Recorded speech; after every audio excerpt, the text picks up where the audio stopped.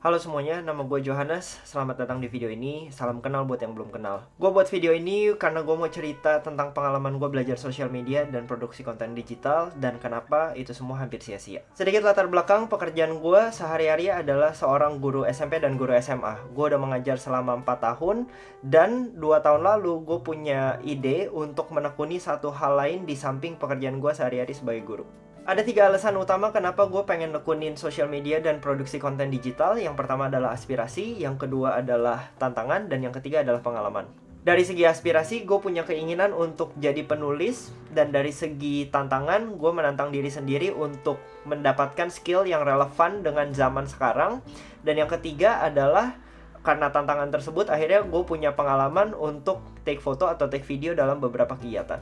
Tahun lalu ketika pandemi baru dimulai dan semua sekolah harus berpindah ke sekolah online, gue post beberapa video yang berkaitan dengan pelajaran untuk memberikan materi kepada siswa-siswa gue. Gue post beberapa video, tapi akhirnya gue memutuskan untuk berhenti. Kenapa berhenti? Karena menurut gue di sosial media itu ada sebuah kecenderungan di mana tren itu lebih penting daripada kualitas. Jadi yang pertama lebih penting daripada kebenaran, lalu sensasi lebih penting daripada dampak. Menurut gue, 3 hal tersebut punya dampak terhadap lingkungan internet dan sosial media yang kurang sehat. Isu mengenai kualitas konten dan isu mengenai perilaku pengguna media sosial merupakan contoh dari masalah tersebut. Referensi yang gue pakai di sini adalah film The Social Dilemma yang ada di Netflix. Kalau kalian punya subscription Netflix, kalian bisa lihat filmnya dan kalian bisa nilai sendiri lingkungan internet seperti apa. Pada titik itu menurut gue, nilai yang gue pegang itu tidak sesuai dengan lingkungan sosial medianya. Maka dari itu gue putuskan untuk berhenti posting.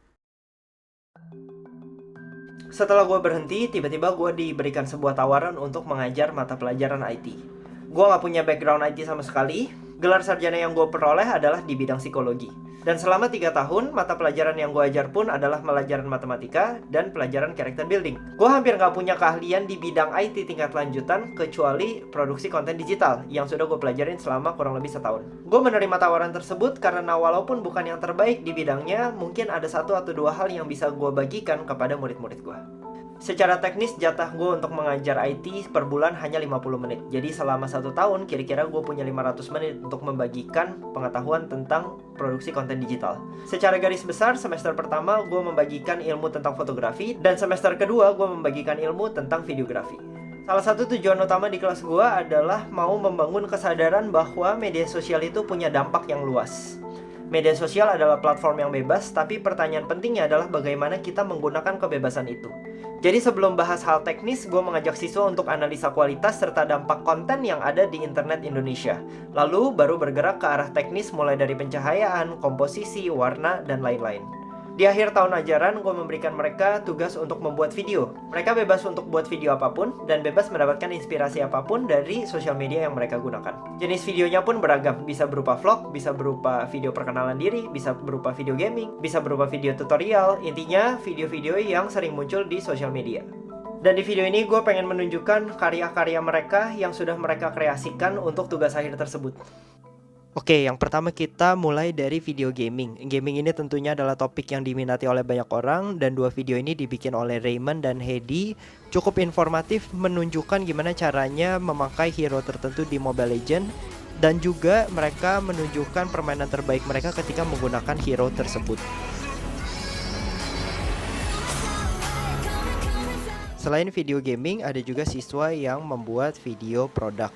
Di sini ada 2 video yang dibikin oleh Angelita dan Regina, dan di sini kita bisa sama-sama lihat dan dengar mereka mengatur kualitas suara, sound effect, background, dan setup sehingga hasilnya berkualitas.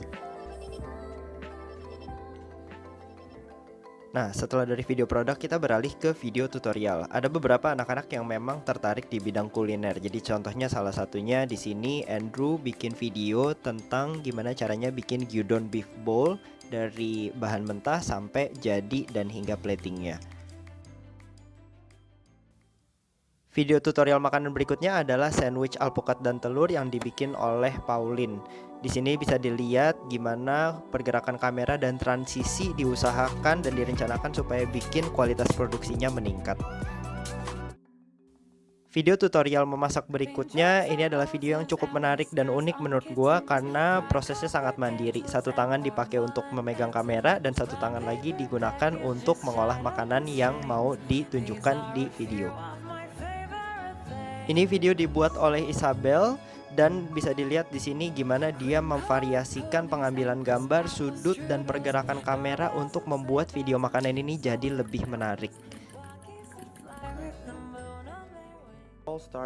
Video berikutnya yang gak kalah keren dan gak kalah menarik adalah video yang bercerita tentang sesuatu. Di sini ada Kevin yang cerita tentang perjalanannya dia dari awal sampai sekarang belajar dan ikut kompetisi di bidang yoyo.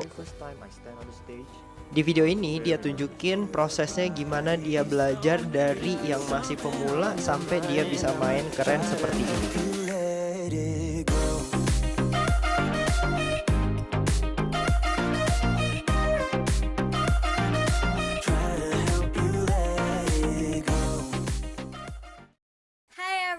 Selanjutnya ada video esai yang dibikin oleh Enel. Dia mengutarakan pendapatnya dalam bahasa Inggris mengenai perasaannya dia selama pandemi ini dan apa yang dia harapkan setelah pandemi ini berakhir. Yang menarik dari video ini adalah gimana dia bisa secara percaya diri mengungkapkan pendapatnya dia dan juga merencanakan skrip tentang topik apa yang akan ia bicarakan di video ini. Karya keren selanjutnya adalah video esai juga, tapi ini lebih kayak film pendek yang dibuat oleh Jason dan cerita tentang gimana dia menghadapi masa pandemi ini.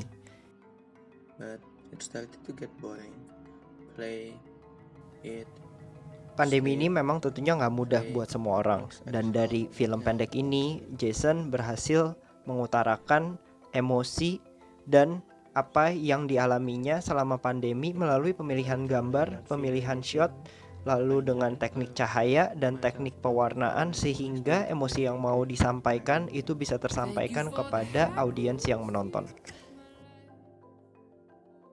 Tentu gue nggak bisa menunjukkan hasilnya satu persatu, tapi dapat dipastikan ada 3 elemen yang secara konsisten muncul di video mereka. Yang pertama adalah mereka berusaha untuk meningkatkan kualitas produksi. Yang kedua adalah mereka berusaha untuk memberikan manfaat dari apa yang mereka buat. Dan yang ketiga adalah mereka berusaha untuk memikirkan dampak dari hasil karya mereka. Jadi inilah cerita gue tentang sebuah perjalanan untuk belajar sosial media dan produksi konten digital. Gue memulai perjalanannya, lalu menemui jalan buntu, tapi ternyata kebuntuan tersebut membantu gue untuk membagikan sesuatu hal yang penting kepada orang lain. Siapa tahu saat mereka mau berkarya di sosmed, mereka punya satu bekal yang mereka bisa pakai. Sekali lagi, media sosial ini adalah platform yang bebas. Dan potensi industri kreatif itu sangat besar untuk beberapa tahun yang akan datang. Nyatanya, bijak bersosial media itu bisa dibagikan kepada generasi muda. Menahan diri agar tidak sembarangan bicara di sosial media, menekuni suatu hal hingga bisa menghasilkan suatu karya yang berkualitas di sosial media, dan memikirkan dampak dari apa yang kita bagikan ke sosial media, nyatanya bisa ditularkan kepada generasi penerus bangsa kita.